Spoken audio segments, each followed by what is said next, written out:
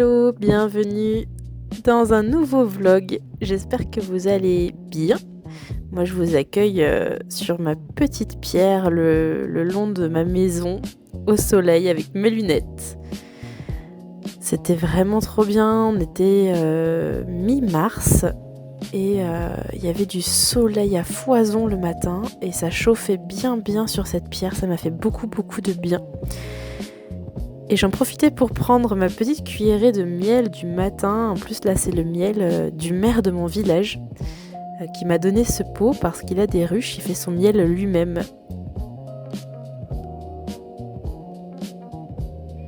Voilà, je vous montre le miel de montagne du Gévaudan du maire de mon village. J'étais trop heureuse de ce printemps qui pointe le bout de son nez et je vous laisse avec quelques images du soleil, des chats, des bourgeons, du ciel bleu.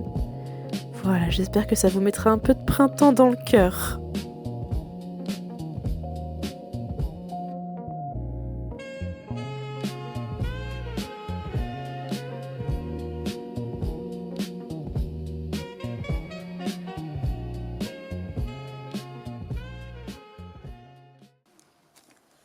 La factrice est passée.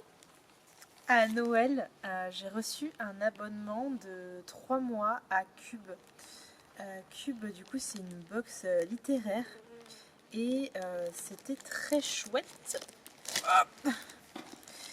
parce que j'ai pu remplir un questionnaire avec ce que j'aimais, ce que j'aimais pas, ce que j'avais envie de recevoir, ce que j'avais envie de découvrir, etc.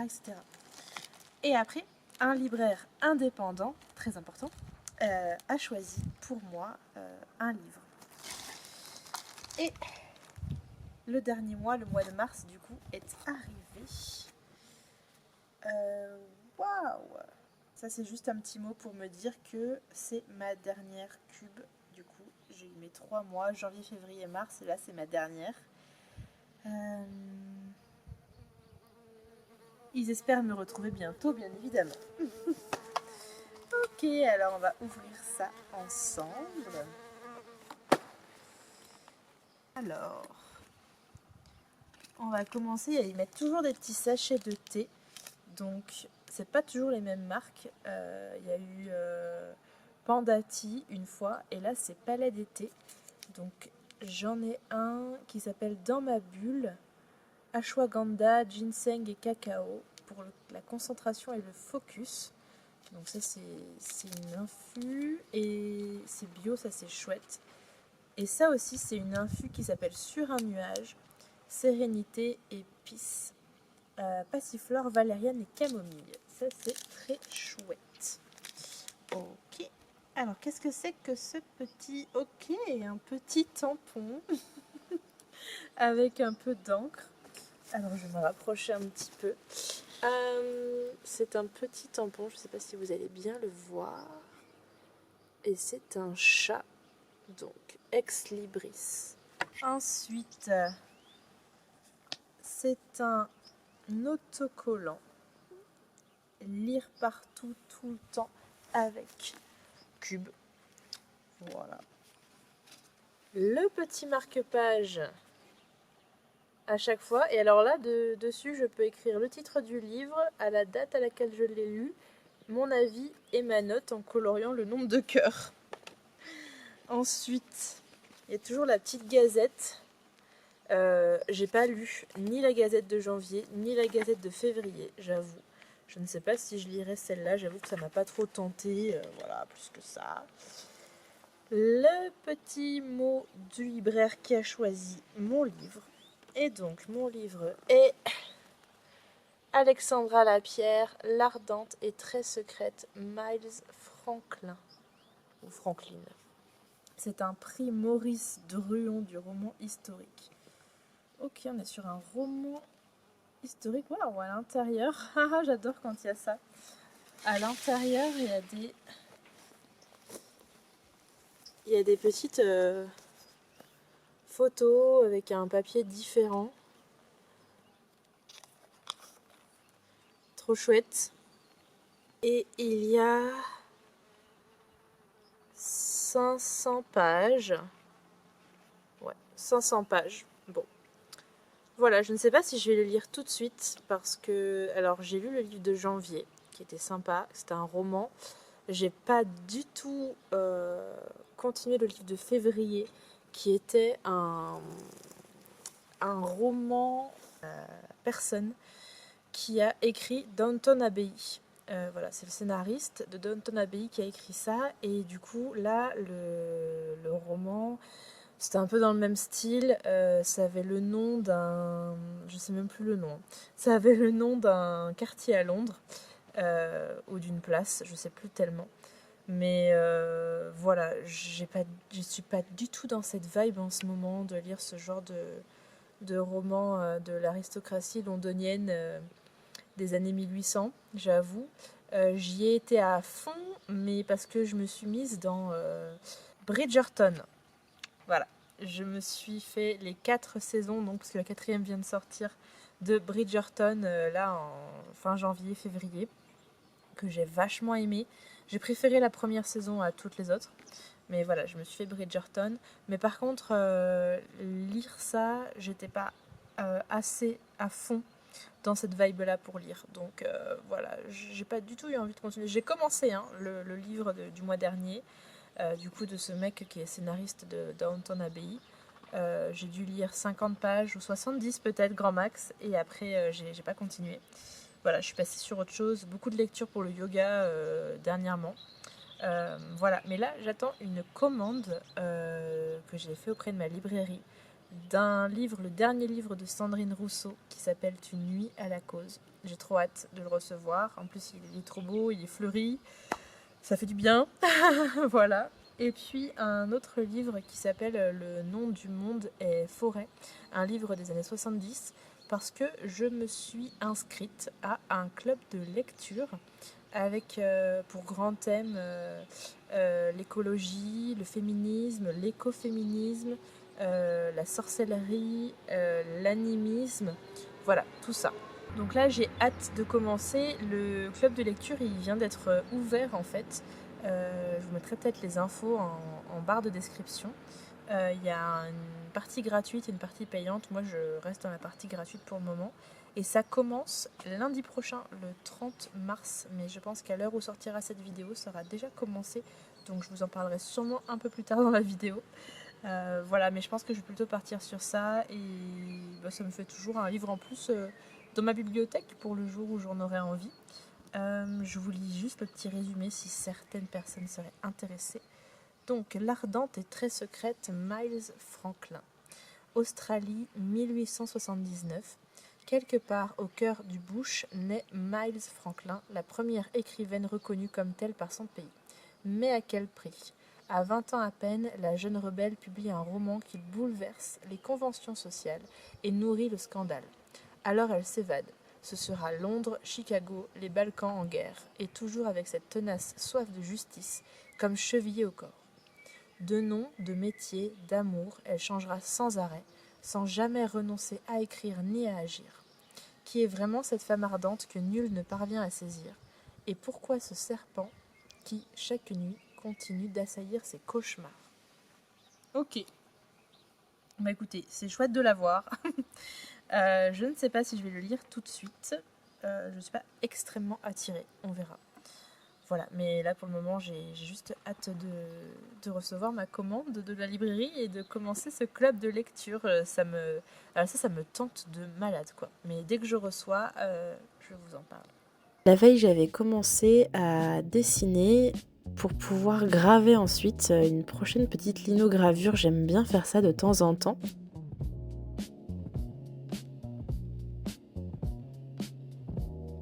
Alors voilà, ça c'est la plaque gravée. Et donc ensuite, avec l'encre, on imprime. Et voilà ce que ça donne. Donc j'étais vraiment très contente, j'étais assez fière de moi parce que voilà, j'ai pas de prétention du tout de qualité de dessinatrice.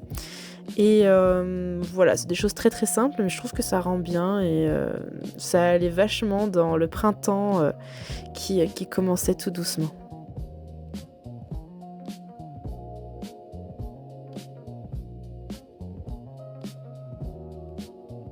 Le lendemain, c'était le mardi, j'ai pu aller au Puy-en-Velay prendre un cours de yoga et après c'était direction le Mama's Café. Voilà, je suis désolée pour cette image qui tremble dans tous les sens, mais c'est pas facile en marchant. Mais voilà, le Mama's Café, c'est devenu ma nouvelle adresse favorite au Puy-en-Velay. Leurs matchas sont vraiment top. Et puis il faisait vraiment beau et je me suis mise sur un banc, j'attendais mon copain et j'ai pu profiter du soleil et boire mon matcha.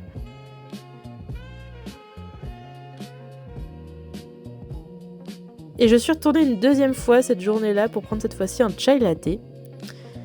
J'ai essayé de vous filmer un petit peu d'oiseaux, mais je sais pas si c'est une franche réussite.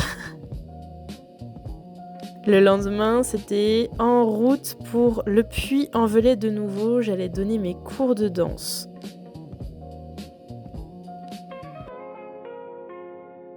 Là, j'arrive dans la salle de danse.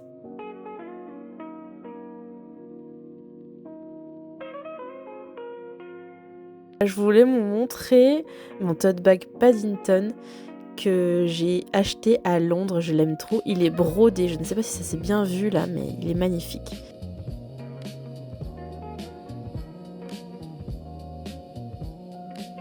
Je me préparais pour mes petits cours de danse avec tous mes écrits. J'écris tous mes cours, voilà, à l'ancienne.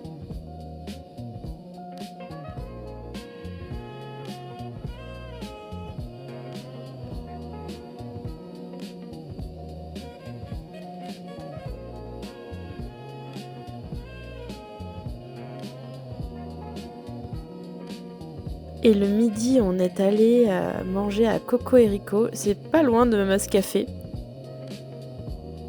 Pour moi, c'était des tenders, des frites. Pour mon copain, c'était un gros burger.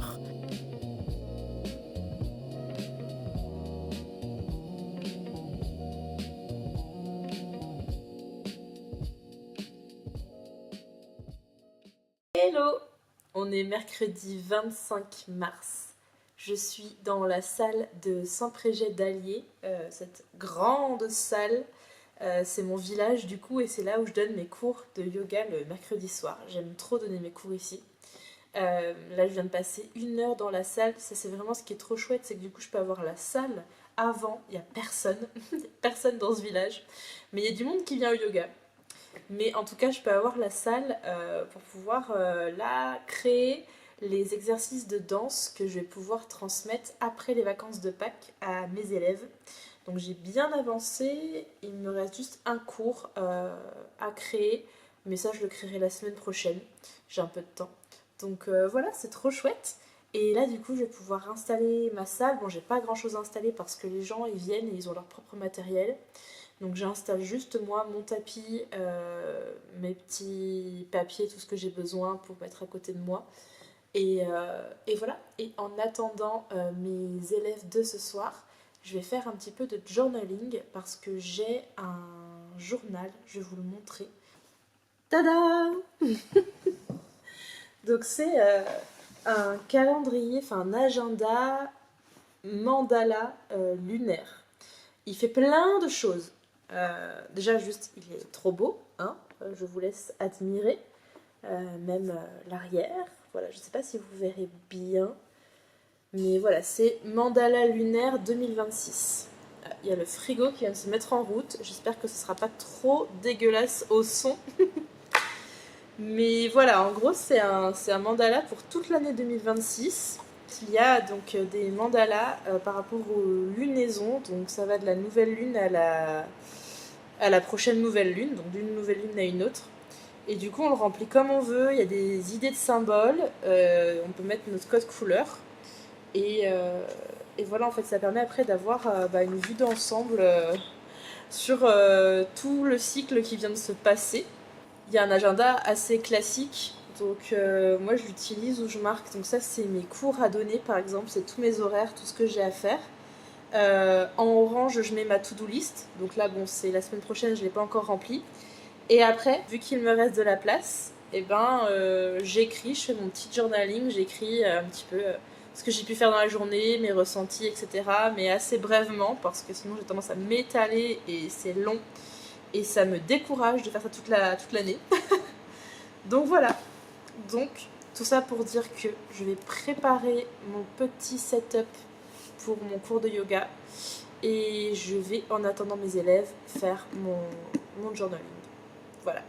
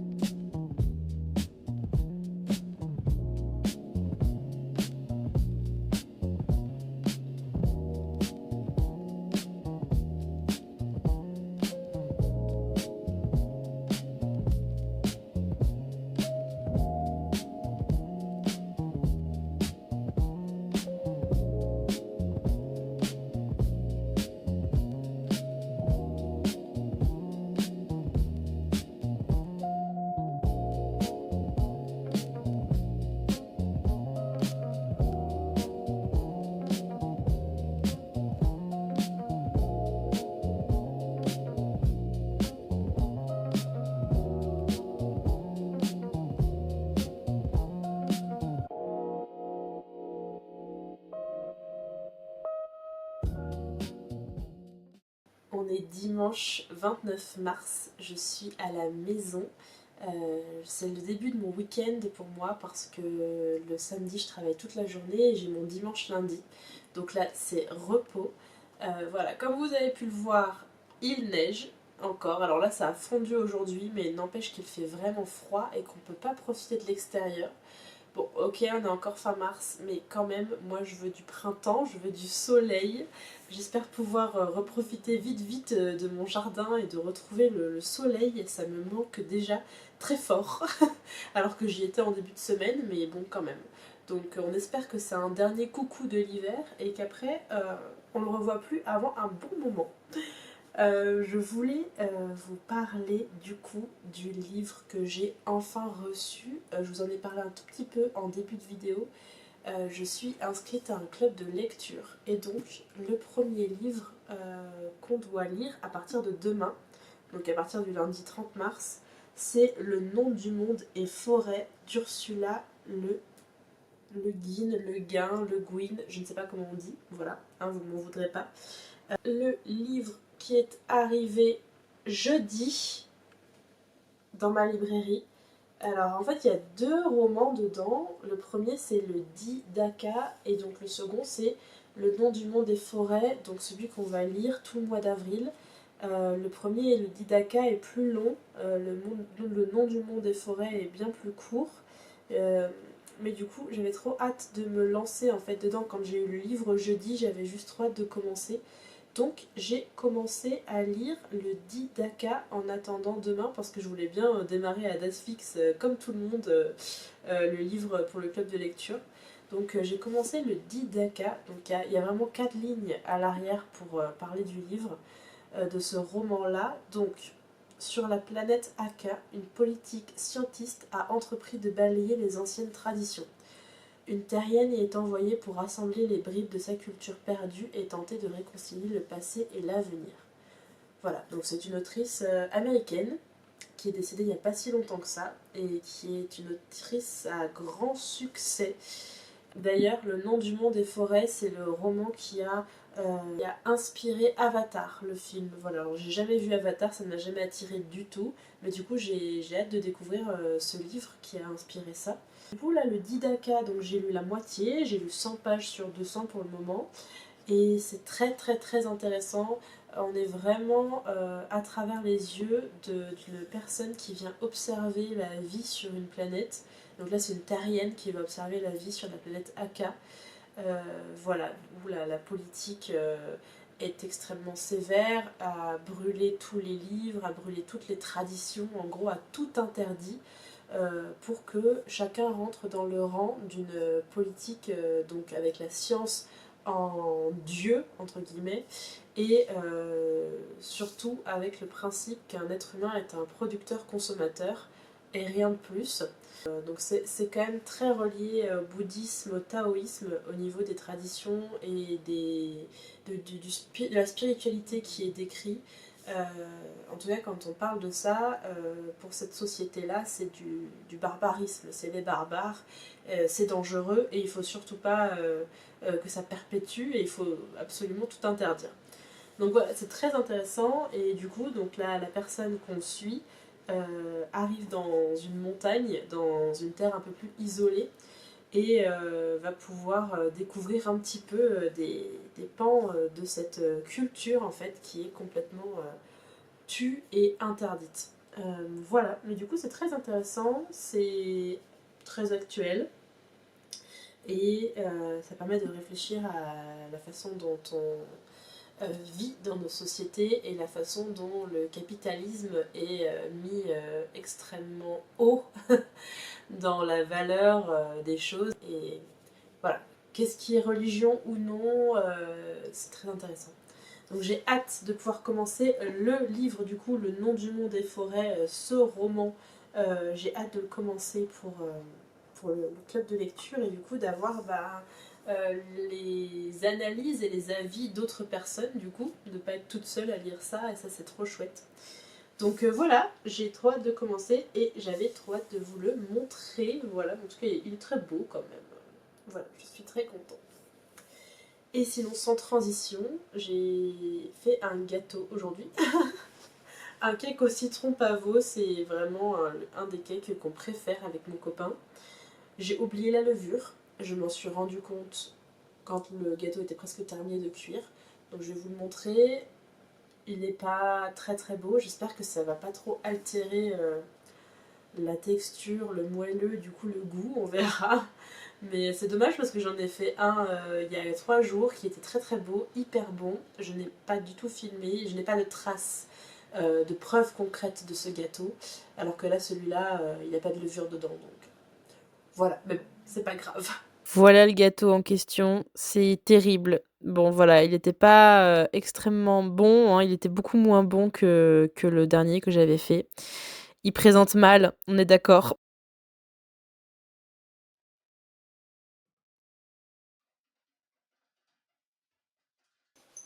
Hello, on est jeudi 2 avril, ça y est, le mois d'avril est arrivé, et avec lui, le printemps, et avec lui, mon colis qui vient d'arriver dans la boîte aux lettres, je suis trop contente.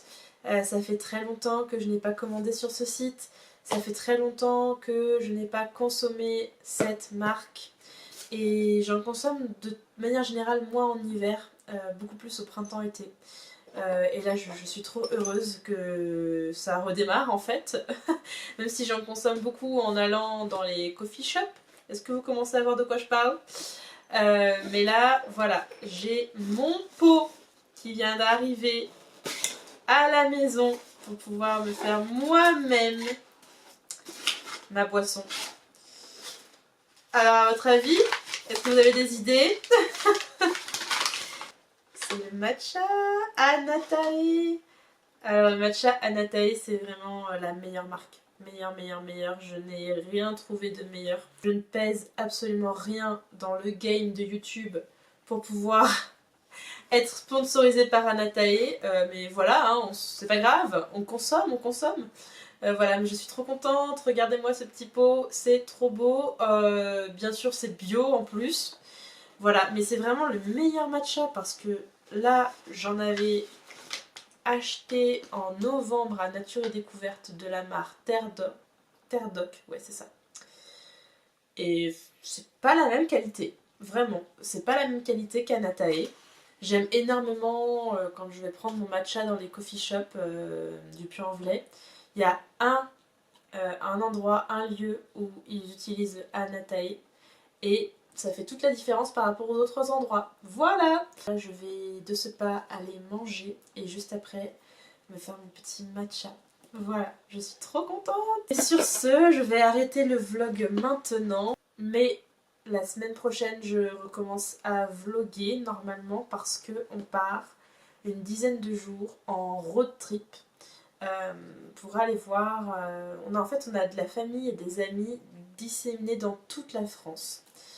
Et donc, nous avons une dizaine de jours à disposition pour pouvoir aller voir un petit peu tout le monde. Alors, on ne peut pas aller voir tout le monde, mais on va essayer d'en voir au maximum. Et du coup, ça va nous faire aller dans plusieurs endroits de France. Des endroits où nous ne sommes jamais allés et des endroits où on a déjà allé beaucoup de fois, et notamment dans ma famille, donc voilà, ça va me permettre de revenir dans mes lieux d'enfance, donc c'est merveilleux. Je ne vous en dis pas plus, je vous laisserai découvrir ça. J'espère que ce petit vlog vous aura plu. N'hésitez pas à me laisser un petit pouce si ça vous a plu, ça fait toujours chaud au cœur. N'hésitez pas à commenter, à ce qu'on puisse échanger ensemble. Sachez que sur cette chaîne, vous avez aussi des pratiques de yoga. Je vous ai proposé quelques petites vidéos pour pouvoir pratiquer chez vous tranquillement. Vous avez une vidéo longue d'une pratique de à peu près 3/4 d'heure. Une autre vidéo d'une pratique de 25 minutes, donc ça c'était mes vidéos de l'année dernière. Et là, au mois de mars, j'ai filmé 3 vidéos courtes, donc 3 pratiques courtes d'1/4 d'heure chacune. Elles sont toutes presque sorties. La dernière sort lundi, ce lundi. Voilà, mais c'est des pratiques que vous pouvez faire n'importe quand. Au matin, c'est merveilleux pour démarrer la journée. C'est des pratiques qui ont l'énergie du printemps qui arrive. Voilà, donc 1/4 d'heure à chaque fois. Vous pouvez les faire séparément, vous pouvez les faire toutes à la suite. Ça peut vous faire 1/4 d'heure, une demi-heure ou même 3/4 d'heure quand la vidéo de lundi sera sortie. Voilà. Donc n'hésitez pas si ça vous tente et venez me dire en commentaire vos ressentis, votre sensation après la pratique. Je vous souhaite une belle journée, une bonne soirée, une bonne nuit. Je vous dis à très bientôt pour un nouveau vlog. Bye!